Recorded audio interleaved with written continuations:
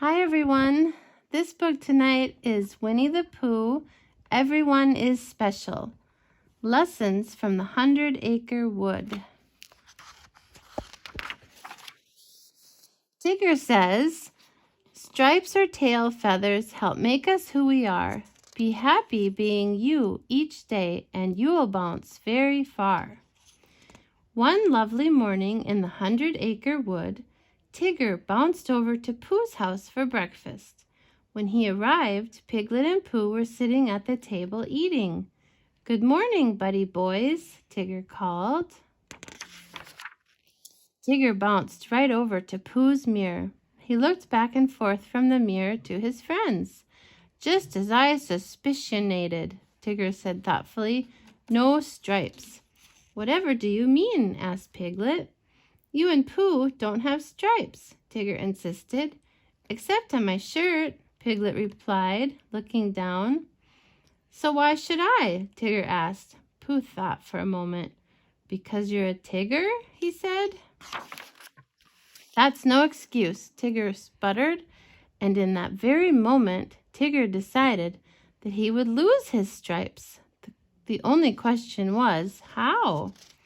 "Why don't you talk to Kanga?" Piglet suggested. "She's very good at making chocolate and jelly disappear from Roo's shirts.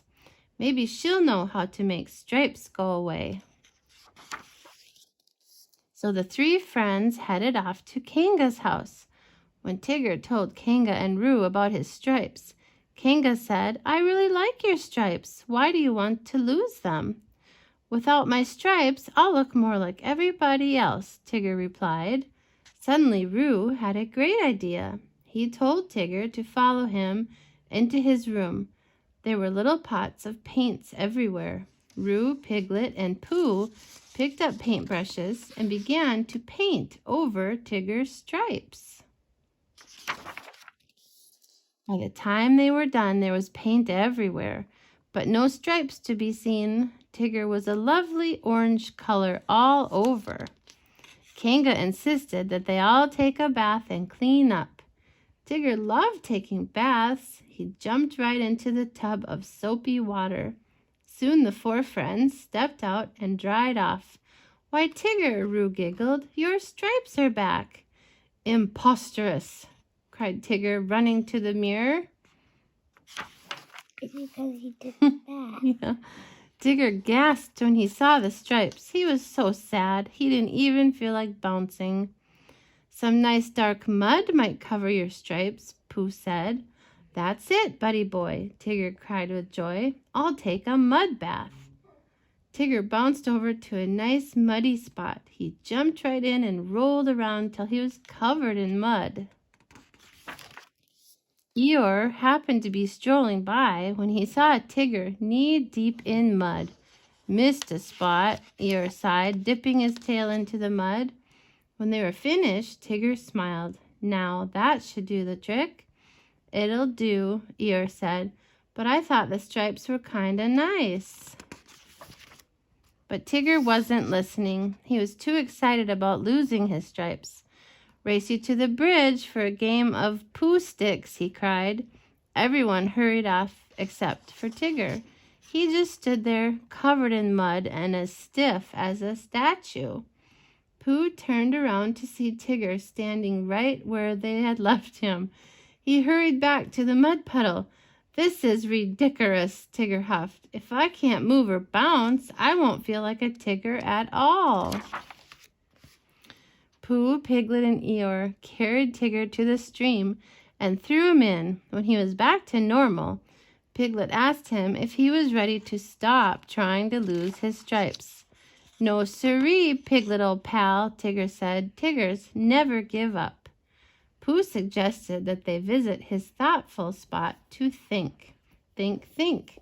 He was sure that he could come up with an idea for losing Tigger's stripes. Pooh said thoughtfully. "I don't suppose you'd like to try my special honey dip?" "I'll try anything to lose these stripes, buddy boy," Tigger said, perking up. What is a honey dip?" They all went back to Pooh's house and gathered several honey pots. Then Pooh took Tigger outside and poured honey all over him. The thick, gooey honey had covered Tigger's stripes completely. Now Tigger was a lovely golden color. But no sooner were they done when a swarm of bees flew by and chased Tigger back to the bridge. Tigger took a deep breath and jumped into the stream. He had been through a painting party, a mud bath, and a honey dip. What else was a Tigger to do? Looking up, Tigger saw Owl flying overhead. "Halloo, Tigger!" cried Owl. "I could see those big, bold stripes of yours a mile away." Suddenly, Tigger felt very proud. On his way back to Pooh's house, Tigger bounced by Rabbit's. "Glad you stopped by," said Rabbit. "I wanted you to see my striped tulips. I got the idea to plant them from your stripes." Tigger began to think. Hadn't everyone said that they really liked his stripes? Why, his stripes had even helped Owl spot him from way up high. Now they'd given Rabbit the idea for a new flower. Imagine that. "Hoo, hoo, hoo," Tigger chuckled. "Stripes are splendiferous." And feeling like his old bouncy self, Tigger bounced back to Pooh's to make an announcement. "I've made up my mind, buddy boys," Tigger said. "I've decided to keep my stripes. Why, I just wouldn't be me without them. After all, that's what makes me special." A lesson a day, Pooh's way. Everyone is special in his own way, especially Tigger's. I'm glad he finally liked his stripes. Yeah. He had 3 baths in one day, didn't he? Yep. Silly Tigger. This story is called The Big Crash. Little Alligator placed one final block on his tower. "There," he said proudly.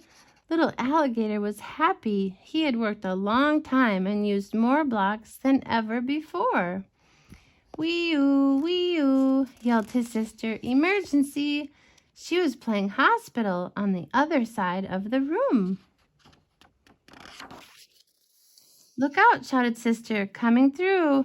"Stop!" yelled Little Alligator. "You're too close to my tower." But Sister didn't stop. She gave her ambulance a big push. It was headed right for Little Alligator's tower. "No!" he screamed. Crash! The ambulance hit the tower and blocks flew all over. "You ruined it!" cried Little Alligator. Well, that wasn't very nice of her, was it? Yeah. "I'm sorry," said Sister. "I was just so excited. All my hard work is now a big mess," Little Alligator sobbed. "Please forgive me," said Sister. "I could help you build it again."